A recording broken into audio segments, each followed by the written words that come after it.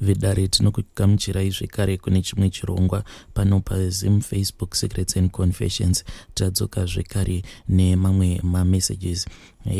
Ndanga ndichifungidzira kuti nhasi tichange tichizouploada rimwe video mushure mekunge ndataura nevamwe mukoma nevamwe vanzvadzi vedu avo vanga vakati mukoma kana zvichiita tumidzirai vanhu venyu vanotorawo mavideos vauyewo kwedu vange vachizotorawo mavideos kuitira kuti mhuri yeZimbabwe inge ichizoona zviri kuitikawo kumhuri yekwedu. Asi vanhu vaya vakazoti vaenda kunotora mavideos ndokubva vazorambidzwa nevamwe vatete vemumhuri imomo vanorakidza kuti ndivo vanozviti ndivo. So mushure mekunge tatumidzirawo timu yedu kuti inge ichienda kunotora mavideos, hanzi pakabva pazosvika imwe motikari iya yakati yasvika yainge iine vamwe vanhuwo vainge vakaita kunge mawindi kuita kunge vanhu vainge vahayiwa. Saka hanzi vanhu vakazototanga kuzotodzingwa.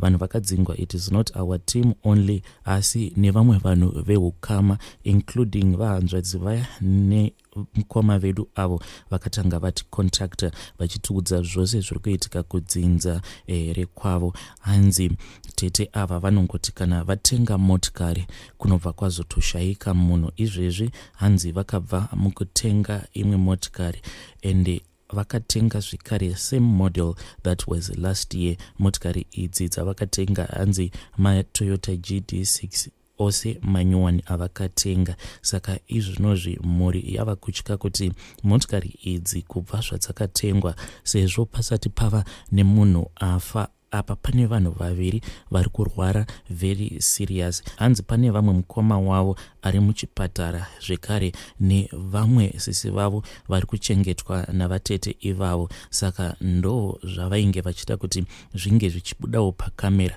Asi unfortunately timu yedu yakabva yanzi kopano mavingei pavakataura kuti tauyawo kuzointerviewawo mhuri yepano ndokubva vanzi aiwa izvozvo hazvigoneki. Ende painge patoriwo nemamwe makakatanwa ainge achitongoitika paground ipapo, vanhu vachinetsana kudzamara vatete vaya. Hanzi ndopa vakazongohaya vanhu vavo, vanhu ndokubva vazouya vachidzinga vamwe vehukama avo vacho vavainge vachiita makakatanwa navo including our team. Ndokubva yazongobatanidzirwawo timu yedu iyoyo ikabva yazodzingwa. Zvakangooma hazvo wedu hanzi mumhuri mune vanhu vari kutorwira chikwambo chacho, chikwambo chakasiyiwa nasekuru vavo. Hanzi chikwambo chinounza mari, chinongouya chichiita zvokurutsa mari. Zvakangooma hazvo vedu regedzai vatenda panyaya yedu inotevera. Nyaya yedu inotevera yakamira sekudai. So hanzi makadi zvinyu mukomana inini ndiri murumewo atobve zera, asi mukoma inini ndiri munhu wekuti handina mwana, handina kana chandiinacho. Ndiri munhu ari kungorarama ndiri mukati meminyama, ndinosangana neminyama yakasiyana siyana. Ndinewo kanyaya kangu kandiri kuda kuti ndinge ndichizokuzivisaiwo zvimwe kuda mhuri yeZimbabwe inokwanisa kuzondibatsira. Mukoma, zvakaitika kwandiri ndezvekuti patainge tichiri vana vadiki nguva iya yekuti taipota tichiendawo kumombe. Saka zvaiwanzokuitika kuya ndezvekuti taiwanzo kuzotamba chikudo. Saka pane rimwe zuva ratakati tichitamba chikudo kudaro, ndo pandakabva ndazokavwa zvakaipa neumwe wangu uyo wandainge ndichitamba naye chikudo. Saka paakandikava zvakaipa kudaro, ndo pandakabva ndazonzwa imwe pain yandakanzwa ndeyekutoti mabhora angu ainge atodzokera mukati mudumbu chaimo. Saka taiwanzo kutamba saizvozvo, dzimwe nguva taitomaona achidzokera mukati tichitoita majokes tichingoti mafanis obva azobuda zvavo mushure mekunge wakavwa zvakaipa. Asi angu mukoma haana kana kuzombodzoka zvekare, akabva azongoramba arimo mudumbu kudaro. Ende ndakazoti ndaenda kumba ndikafungidzira kuti maybe mangwana acho achazobudawo zvobva zvazoita normal. Asi mukoma akabva azongoramba ari mudumbu imomo. Ndokubva ndazongokurawo zvakadaro. Ndakazova munhu wekuti ndainge ndichinyara kuti ndinge ndichizogeza nevamwe vangu. Taiwanzo kuenda kurukova tichienda kunogeza. Zvino ndainge ndava kunyara kuti vamwe vangu kana vakazonditarisa vaikwanisa kuzondiseka vachiona kuti uyu haana kana chaainacho. Ndakazoti ndakura mukoma ndo pandakabva ndazoona kuti dambudziko rinoitika pandiri nderekuti paya pandinenge ndichirara nemunhukadzi hapana kana chinombobuda. Ndinotonzwa kuti pana pandapedza but hapana kana chinombobuda. So mukoma, matambudziko awa andiri kusangana nawo handizivi kuti zvinokwanisikawo here kuti ndinge ndichizokwanisa kubatawo mwana one day. Ende vazhinji vanhukadzi vandakarara navo vanozongoti paya kana kuri kunzi vanenge vabata vakaona kuti hakuna zvinenge zviriko, unozoona munhu ava kukubvunza mibvunzo yakawandisisa yekuti newewe unozotoshaya kuti ungazoipindura sei. Please ndibatsireiwo kana kuri kunzi pana nachirembawo vanoteererawo chirongwa chenyu. Naye zvinoita here kuti ndinge ndichizokwanisawo kuzoita mwana one day? Is there any hope for me? Kana kuti zvakatovharana nekuti nanhasi uno haana kana kuzombogara adzika kubva zvaakadzokera mudumbu, haana kana kuzombobuda zvekare. Please ndibatsireiwo mhuri yeZimbabwe. Ndinogara ndiine mastresses nekuda kwenyaya iyoyi. Ende handichazivi kuti mimwe minyama yandinosangana nayo inawo iye zvandiri kusangana nazvo izvi here, kana kutotiwo panewo chimwe chivanhu chiri pandiri chinoda kuti chinge chichigadziriswa. Hapana chekuti ndinonzi ndinokwanisawo kubata chikabudirira. Asi nyaya yangu hombe yandiunzawo pano ndiyo iyi mukoma. Nyaya yakaitika pandainge ndichiri mukomana wechidiki mushure mekunge ndakaviwa ndokubva mabhora angu azodzokera mudumbu. Haana kana kuzombobuda zvekare. Right now ndatobvezera apa mwana handitomborina. Please ndibatsireiwo mhuri yeZimbabwe. Kana kuinewo vanokwanisa kundipawo advice, please ndipeiwo advice. Vedare ndo message yandakatumidzirwa ichibva kuna mukoma vedu. Zvakangooma hazvo vedu we. Hanzi patainge tichitamba chikudo ndo kwazvakatangira zvinhu zvacho. Please ngativabatsireiwo mucomment section. Regedzai tibva taenda panyedu inotevera. Nyedu inotevera yakamira sekudai so. Hanzi makadii zvenyu mukomana She, ndinokumbirawo kuti munge muchizondiposterawo nyaya yangu. Kana mava kupostawo nyaya yangu, please vigaiwo chitupa changu. Nyaya yangu mukoma ndikangoti yakangotangirawo pakungoda kungoitawo science experiment zvekare godo, maybe nerovengo. Zvakaitika ndezvekuti kune vamwe banguru vedu avo vainge vashaika. Saka banguru vedu ava vakangoshaikawo nedzimwe nzira dzatainge tisina kunyatsokunzwisisa. Ndopa zvakazotaurwa kuti tisati tapararira apo patainge tiriko kurufu rwabanguru vedu, zvikabva zvanzi taifanira kuti tinge tichizofamba. Saka patakazofamba tikabva tazoendawo kune vaya vanoita zvechivanhu tiriko ikoko. Then mweya ndo pawakabva wazoburuka uchirondedzera mafiro ose awo ainge akaita banguru vedu. Banguru vedu ava hanzi vainge vakatorwa neshavi reuvhimi because kwemakore akawanda rainge richizama kuti ringe richida kuti ringe richibikirwa doro, asi ivo banguru ava zvinhu zvavainge vachiziva ndokubva vazoignore. Ivo vakabva vazosarudza kuti vange vachingoita zvekunamata. Saka shavi iri rakabva razovatora nekuti rainge risingakwanise kuva nyima hupfu, nekuti ndo zvarainge rakadzikira pavari kuti ringe richivapa hupfumi. So rakabva razotsamwa ndokubva razodimbura upenyu hwavo. Takati tanzwa nyaya yose iyi, vanhu vakabva vati zvino toita sei kuti shavi iri reuvhimi ringoramba ririmo mudzinza rekwedu kuitira kuti hupfumi uhu hwainge huina banguru husazongoparara just like that. Ndo patakabva taudzwa kuti semhuri taifanira kuti tinge tichizobika madoro. Then zvakazotanga kuitika mukoma ndezvekuti inini ndakazofind out kuti shavi iri hanzi rainge rava kuda kudzoka mumusha, but raifanira kuti ringe richizodzoka richiperekedzwa nevadzimu zvekare mainge muine nezvemanjuzu mukati. Hongu mukoma, zvemanjuzu zvitoriko. Saka ndakati ndanzwa nyaya iyi zvichinzi zvinhu izvi zvaifanira kuti zvinge zvichizouya pahanzvadzi yangu, kamwe kahanzvadzi kangu kainge kachiri kadiki panguva yacho iyoyo. Zvino zvino vamwewo vemumhuri vainge vava kuda kurwidzana nemweya uya kuti vange vachitorera kanzvadzi kangu aka zvipo zvacho, because vanhu vakuru vainge vava kuti ko zvingaita here kuti mwana mudiki akadai asina kana chaanoziva obva anzi ndiye anofanira kuti ange achizopiwa zvipo izvozvo zveupfumi, isusu vanhu vakuru tiripo tongosara tichitambura. Ko mweya wacho unozotanga kushanda rini? Nekuda kwekuti panguva yacho iyoyo ainge achiri kuma grade 4 ikoko.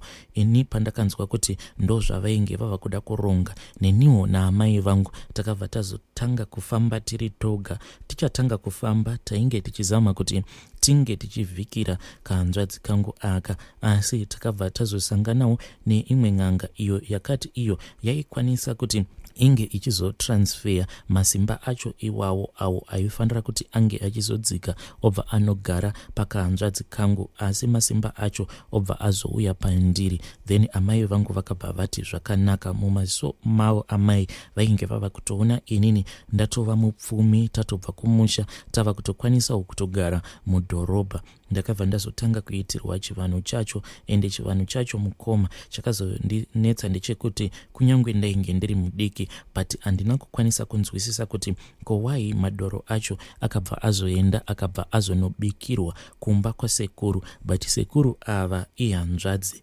yaamai vangu. Saka mudzimu wakabva wazonzi wainge uchazoburuka, but mutambo wacho wakaitirwa kumba kwasekuru.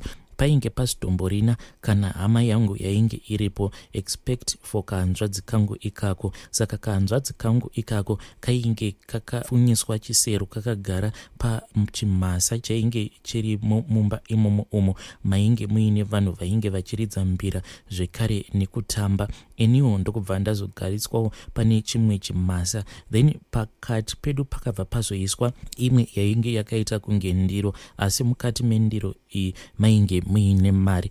Zvikabva zvanzi mari iyoyo yainge iri yekutenga masimba awo ainge ari pakahanzvadzi kangu, masimba iwawo obva azounzwa kwandiri. Saka pakabva pazoitwa mhiko dzacho dzainge dziri dzekuti inini ndakabva ndazotambidza kahanzvadzi kangu kaya mari. Mushure mekunge ndakatambidza mari handina kuzokwanisa kuzorangarira kuti chii chakazoitika, asi pandakazomuka zvikabva zvanzi mudzimu wainge watotaura, uchitaura iwo uchiti wainge wagara pandiri. Zvino mukoma kubva ipapo ndakabva ndazova munhu wekuti ndainge ndava kungoti pese pandinenge ndafamba, kunyange ndikasangana nemunhu wandinenge ndasangana naye, munhu uya anobva azongotanga kungorotomoka ari oga achitondiudza kuti ndine kabhizinesi kangu kandiri kuda kuti ndinge ndichizoita, saka ndiri kutsvakawo partner. Mukoma ndozvakaitika kwandiri. Ndakatongoitwa partner mune rimwe bhizinesi iro randakatanga kuti ndo rainge riri bhizinesi rangu rekutanga. Pandakapinzwa mubhizinesi ndiyo iroro ndainge ndisitomborina kana cent at all. Zvakaitika ndezvekuti kune kwandainge ndanzwa kuti kwainge kuchidiwa munhu wekushanda mugarden. Saka ndakazoti ndava kuenda kumakombi ndokubva ndati zviri nani kuti ndinge ndichienda kuhiking sport kuitira kuti ndinge ndichisevawo zvimari.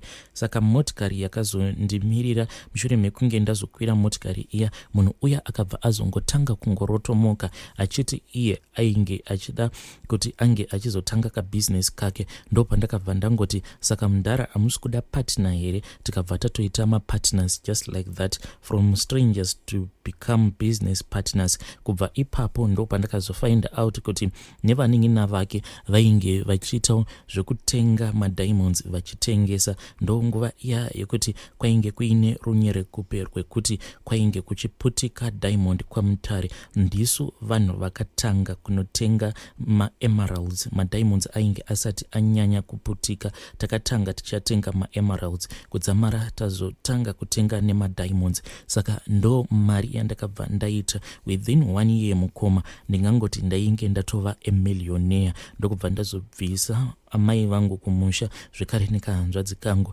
tikabva tazotanga kugara mutauni. Takati tava kugara mutauni mukoma, kahanzvadzi kangu kakabva kazongotanga kungoondoroka, ende takatoshaya kuziva kuti kochiko chainge chichiitika pamwana.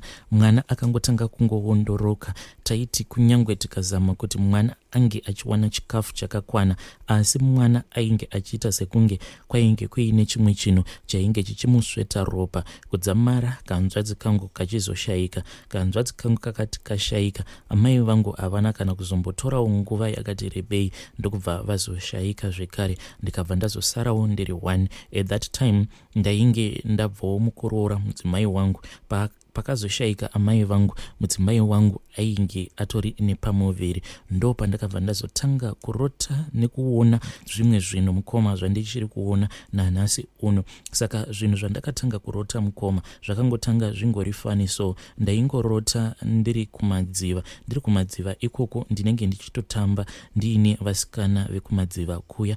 Asi nekufamba kwenguva, mushure mekunge ndazorambana nemudzimai wangu, ndo pandakazosangana nenjuzu. Njuzu iyi mukoma ndakatoiona, ende pandakaiona mukoma painge pari panzvimbo pekuti painge pasitomborina mvura, painge pasitomborina kana anything chekuti ungafungidzira kuti ungasangana nenjuzu. Ndainge ndichida kutoenda kunoona vamwe madzibaba, saka madzibaba ava krawa ravo tingangoti rainge riri mugomo. Saka ndakati ndichifamba, ndo pandakabva ndatoona njuzu yainge yakatogara irimo mugomo muya. Iyo yakabva yarakidza kuti kwacho kwandainge ndichida kuenda kwainge kusina kana ruponeso rwandainge ndichikwanisa kuzowana. Ndokubva yanditendeka ichiti dzokera dzokera dzokera, ndokubva ndatodzokera paya mukoma. Kubva ipapo mukoma kusvika muzuva ranhasi ndingangoti ndiri munhu wekuti ndinogara ndichingoona njuzu iyi physically, ende njuzu iyi iyo inotorakidza kuti inini nditori murume wayo.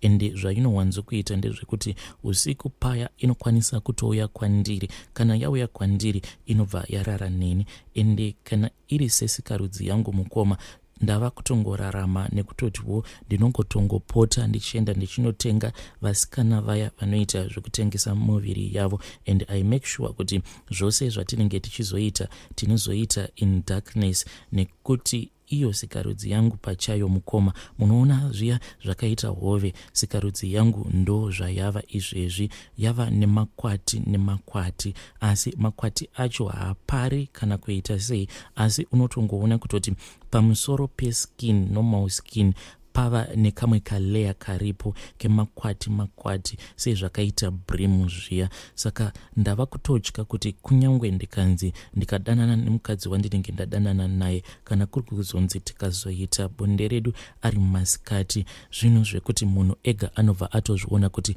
munhu uyu ane mishonga yake kana kuti urombwa hwake hwaainawo. Saka ndinotongoraramawo nekutongopota ndichienda kuno kechawo vasikana vaya vanoita zvekutengesa muviri yavo. Ndo upenyu hwangu ihwohwo hwandiri kungorarama mukoma. Hakuna chinhu chinorwadza sekuti unongodya mari yako uri woga, usina kana munhu wekuti unokwanisa kuti unge uchienjoya naye kudya mari yako. Kana ari semwana wangu uyo wandakaita nemukadzi uyo wandakaroora, ende amai vangu vachizoshayika, zvinoitika paari ndezvekuti kana ndikazamawo kuti ndinge ndichisapota mwana, ndinobva ndatotanga kutorota njuzu iya inenge yakatodzvinya mwana wangu pahuro apa, inenge yakaita zvekumudzvinya ichirakidza kuti haizvifarire izvo zvandinenge ndaita, zvekuti ndinge ndichipa mwana wangu kana kumutengera zvandinenge ndamutengera. Saka iye mudzimai wangu kwaari anotongozviudza kuti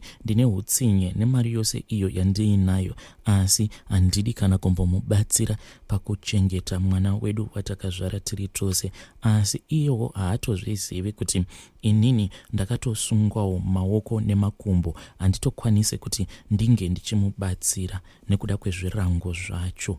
Vedare ndo meseji yandakatumidzirwa ichibva kuna mukoma vedu. Hanzi iye mudzimai wangu haatozvizivi kuti the reason why ndichiita sekunge munhu akaomesa moyo wake panhau yemwana wedu uyo watakaita tose inhau yekuti kune zvirango zviriko. mazvinzwa vanhukadzi.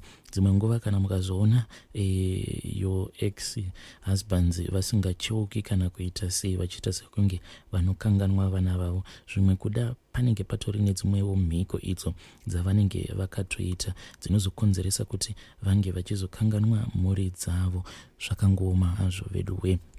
Kana kuri kunzwo munenge muine nyaya yamunenge muinayo, kana murimo muHarare muchidawo kuti munge muchizoitwawo an interview, kunyange muchida kuzoconfessa live on camera, you can contact me, then tobva tazoorganize kuti munge muchizotorwa mavideos, then tobva tazoposta pano pachannel yedu yeZim Confessions. Ngatisanganei zvekare mune zvimwe zvirongwa zvinotevera.